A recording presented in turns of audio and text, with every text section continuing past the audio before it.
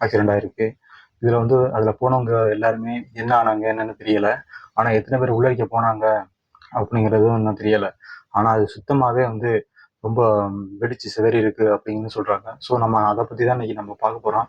வாங்க வீடியோக்குள்ளே போகலாம். அந்த அந்த பிளேன் வந்து பார்த்தீங்கன்னாக்க ஒரு ஸ்மால் ரக பிளேனுங்கிறாங்க. அந்த பிளேனுக்குள்ளே மினிமம் ஒரு 10-15 பேர் தான் வந்து உள்ளே உட்காந்துருந்து போகலாமா.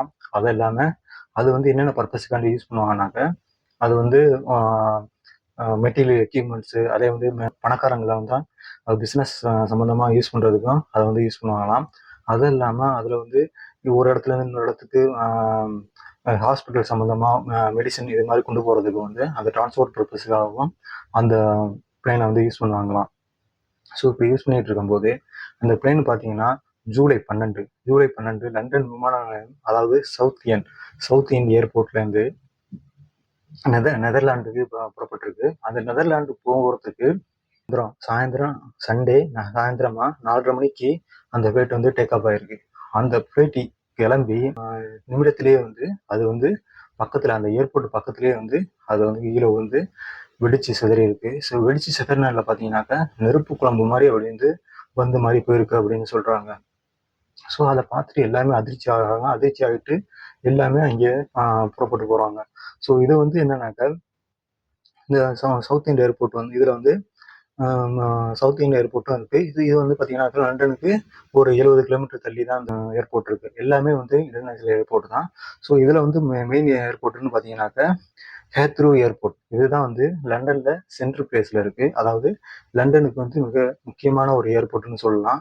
ஸோ அடுத்த ஏர்போர்ட் எதுன்னு பார்த்தீங்கன்னாக்கா ஹேட்விக் ஏர்போர்ட். இந்த ஏர்போர்ட் என்னன்னாக்கா ரீசெண்டாக இந்தியாவில் ஏர் இந்தியா எக்ஸ்பிரஸ் வந்து அந்த ஆக்சிடென்ட்டுக்கு அந்த விபத்துக்கு அந்த பிளேன் போக வேண்டிய இடம் வந்து அதே இந்த ஹேட்விக் ஏர்போர்ட்டுக்கு தான். ஸோ அந்த டயத்தில் இந்த இன்சிடென்ட் நடந்துச்சு. ஸோ அடுத்த என்னன்னா யூட்டன் விமானனாலையும் ஒரு மிகப்பெரிய இன்டர்நேஷனல் பிளேன் தான். அதாவது ஸ்டான்ஸ்டாக் விமான நிலையமும் வந்து ஒரு இன்டர்நேஷனல் விமான நிலையமா சொல்றாங்க.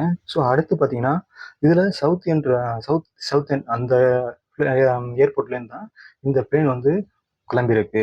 கிளம்புன இடத்துல தான், அதாவது அதுக்கு பக்கத்துலேயே பார்த்தீங்கன்னா ஒரு கடற்கரை நகரமும் இருக்கு. அந்த கடற்கரை நகரத்துல பார்த்தீங்கன்னா நிறைய கோயில்கள், தமிழர்கள் வாழ்ற இடமும் சொல்றாங்க. அதே மாதிரி கடைகளும் அதிகமா இருக்கு.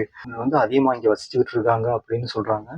ஸோ ஓவரால் அந்த ஏரியா வந்து அதிகமா தமிழர்களும் அதிகமா அந்த சைட்ல இருக்கிறாங்க. அதாவது சவுத் இந்தியன் ஏர்போர்ட்டுக்கு பக்கத்துல.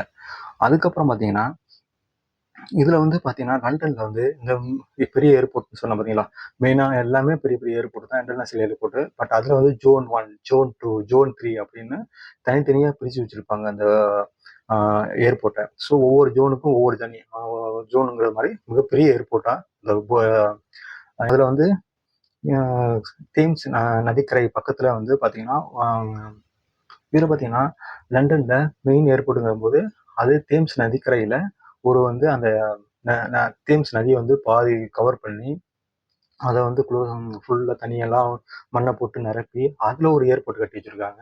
அதுவும் மிக நெதர்லாண்டு போக வேண்டியது. இந்த நெதர்லாண்டு போறதுக்கு இது வந்து பாத்தீங்கன்னா அந்த ஏரியா நெதர்லாண்டுல என்ன ஏரியானாக்க போறதுக்கு முன்னாடியே இந்த ஆக்சிடென்ட் நடந்திருக்கு. இந்த விமானத்தோட நேம் பாத்தீங்கன்னாக்க பீச் B200 அப்படிங்கிறாங்க. பீச் B200 அந்த விமானத்தோட பேரு. அதாவது இந்த விமானம் வந்து சூப்பர் கிங் என்ற விமானமும் வந்து இதோட பேருன்னு சொல்றாங்க. சூப்பர் கிங் விமானம், பீச் B200 விமானம். இந்த இது வந்து 12 மீட்டர் நீளம் கொண்டது.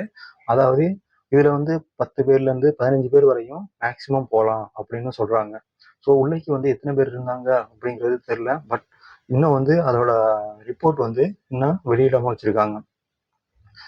பிளேன் பறக்கிறதுக்கு முன்னாடியே வந்து ஒருத்தவங்க போட்டோ எடுத்திருக்காங்க. அதாவது இந்த பிளேன் பறக்கிறதுக்கு கொஞ்ச நேரத்துக்கு முன்னாடி இவங்க பிளேன் பறக்கிறத வந்து அதிகமா வந்து போட்டோ எடுக்கிற பழக்கம் இருந்திருக்கு. ஸோ அதனால நிறைய பேர் வந்து பிளேன் பக்கத்துல பறக்கிறத அதை க்ளோஸ் அப்ல படம் எடுப்பாங்களாம். ஸோ படம் அப்படி எடுத்துக்கிட்டு இருந்த ஒரு ஃபேமிலி வந்து ஜான்சன் சான் அப்படிங்கிற ஒரு ஃபேமிலி வந்து இப்போ அவங்க பறக்கும்போது கையை காமிச்சிருக்காங்க.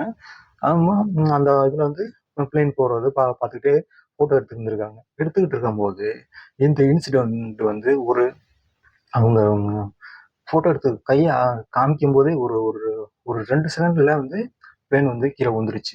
விழுந்து அதை இவங்க வீடியோ எடுத்தது அதை வந்து ப்ரெஸ்ஸில் வந்து சொல்கிறாங்க, நாங்கள் கொஞ்ச நேரத்துக்கு முன்னாடி தான் பார்த்தோம், வீடியோ எடுத்துட்டு இருக்கும்போதே போய் விழுந்துருச்சு அப்படின்னு ஜான் அப்படிங்கிற ஒரு ஃபேமிலி வந்து மீடியா கிட்ட வந்து சொல்கிறாங்க. ஸோ இதுதான் சவுத்தர்ன் விமான நிலையம் வந்து இதனால இந்த காரணத்தினால சவுத்தர்ன் விமான நிலையம் இப்போ வரையும் மூடி தான் வச்சிருக்காங்க. அதில் வர்ற இன்டர்நேஷனல் ஏரோப்ளேன் எல்லாம் வந்து அடுத்த ஏர்போர்ட்டுக்கு வந்து மாற்றி வச்சிருக்காங்க. அங்கே இருந்த பேசஞ்சர் எல்லாரையும் அடுத்த ஏர்போர்ட்டுக்கு கூட்டிட்டு போய் அங்கேருந்து அவங்கவுங்க இடத்துக்கு போகிறதுக்கு வந்து அவங்களுக்கு அரேஞ்ச் பண்ணி கொடுத்ததான் நடந்த இன்சிடென்ட்டு. ஆனால் இதுவரையும் நம்மளுக்கு அதோட முக்கியமான அப்டேட் வந்து எதுவும் வரல. என்ன ரீசனுக்காண்டி அது வந்து ஆக்சிடென்ட் ஆனிச்சு அப்படிங்கிறது வந்து இன்னும் வரல. பட் வந்தோடனே நான் அப்டேட்டை கொடுக்குறேன். நான் உங்கள் ஆலன். வணக்கம். அடுத்த